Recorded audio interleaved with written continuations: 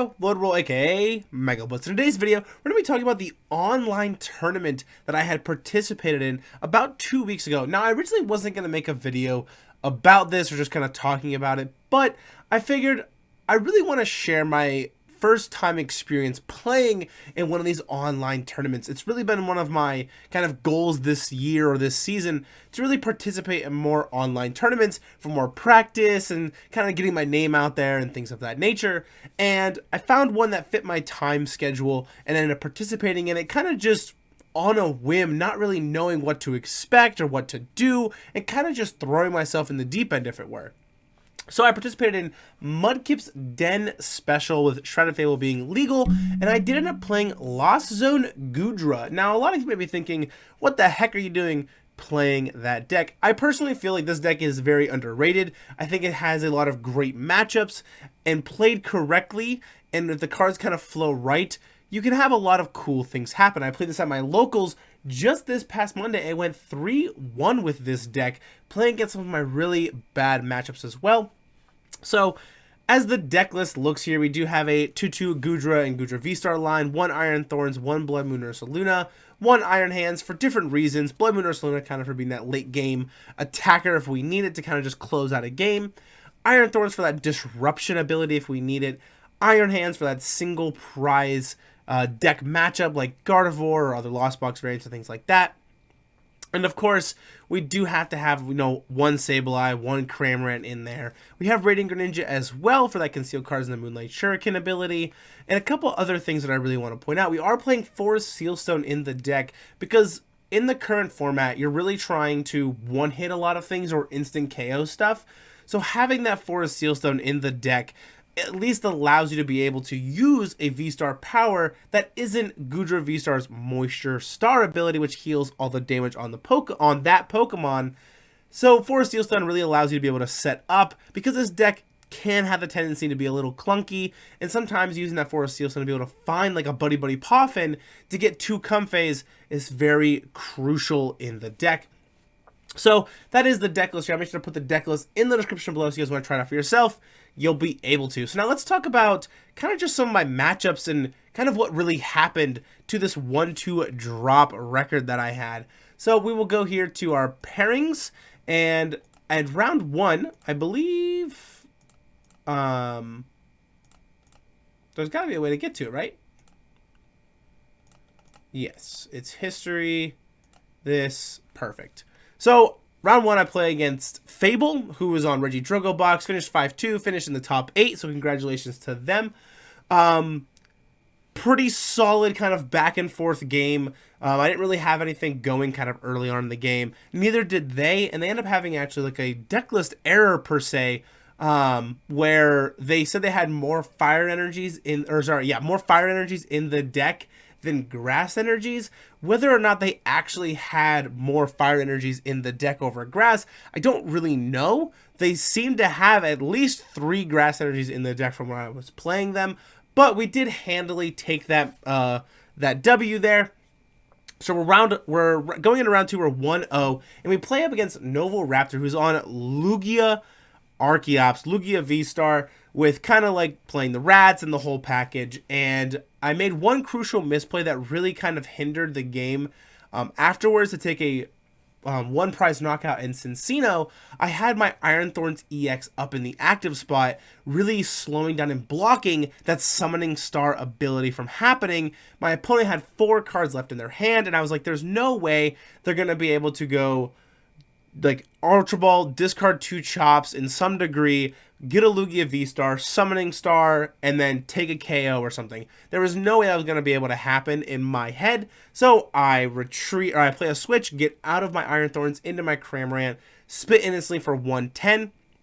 Onto that Cincino with no gift energy. So they draw for turn and they go Ultra Ball, pitch Capturing Aroma, flip a heads, get Archeops, Ultra Ball, pitch 2 Chops, find a Lugia V-Star, evolve into Lugia V-Star, and then Summoning Star, put 2 Chops on the bench, and then they play Great Ball, find themselves a Cincino to be able to evolve their other Mincino into Cincino on the bench, and then proceed to take a huge knockout on my Iron Thorns with a Boss's Orders on top of that. So really my opponent just kind of had everything in their hand, and I took the gamble that they didn't, but did not work out in my favor.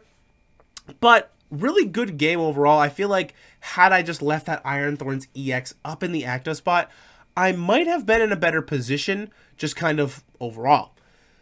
Now, round 3, I'm playing against Joshua Quavado, and he's on Charizard Pidgeot.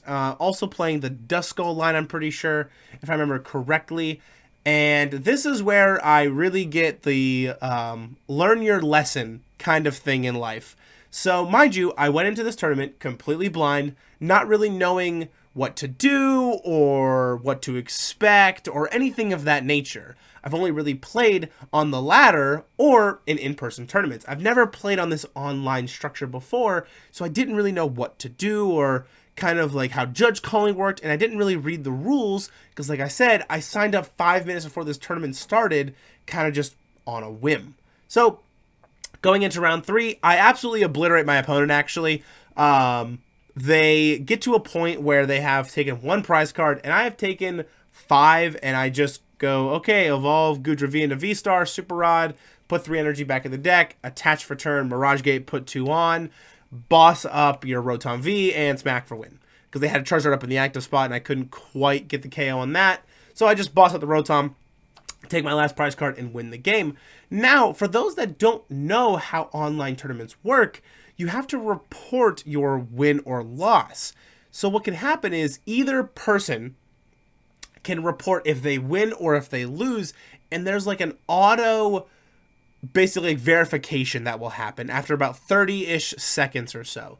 So what happens is my opponent puts down that they won, even though I had actually won, and I didn't take a screenshot of my victory page because I kind of just entered this tournament on a whim and didn't have time to read the rules and didn't really think about kind of screenshotting the victory page.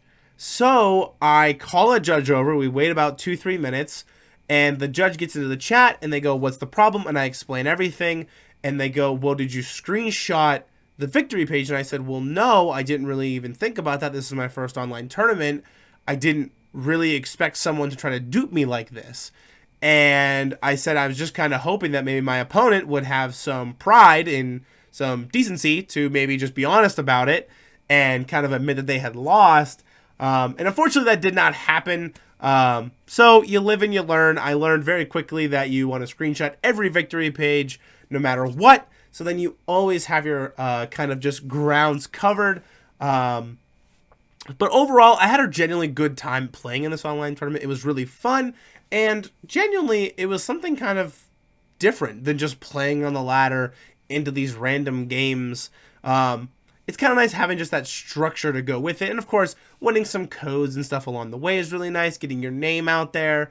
And it feels like you're playing kind of in a like an in-person-ish tournament in a way, because there's a cut the top 8, there's all these other things that can happen, there's a judge involved, and it is really nice.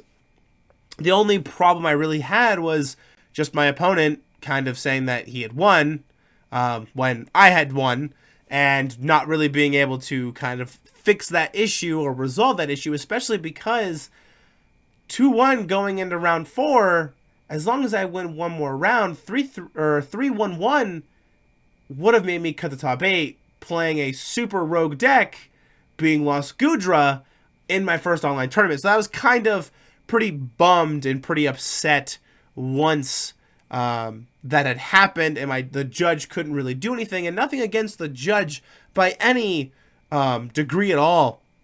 The judge is right. You do have to have a screenshot and stuff. And I looked at the rules afterwards and quickly realized that it does say in there, screenshot your victory page, so if any discrepancies happen, they can change it with no questions asked.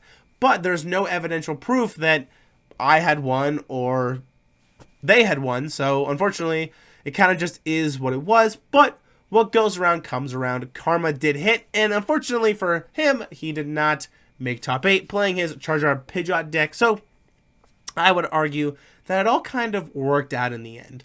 But if I had to give any advice going forward to people who wanted to participate in online tournaments, I genuinely would have to say, just make sure you screenshot your victory pages. Have fun.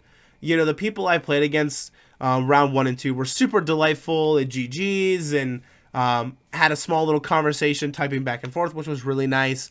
And it really felt like I was playing almost in person, and that was really incredible to feel. And the other thing I could really recommend is just try it. Just honestly, it is totally worth it. It's tons of fun. A lot of them are free to enter. The entry process is super simple. It's not difficult by any means. You have to submit a deck list depending on if that's required, but that's as simple as just export the deck list from TCG Live and copy paste and you're good to go. So genuinely, I really recommend everyone just trying these online tournaments. They are really fun, but if I had to give the tips and tricks, screenshot those victory pages and just have fun. Alrighty guys, if you enjoyed the content I've been making so far in the channel, don't forget to leave a like, smash the subscribe button. I really appreciate it. And I'll see you all on the next one. Peace!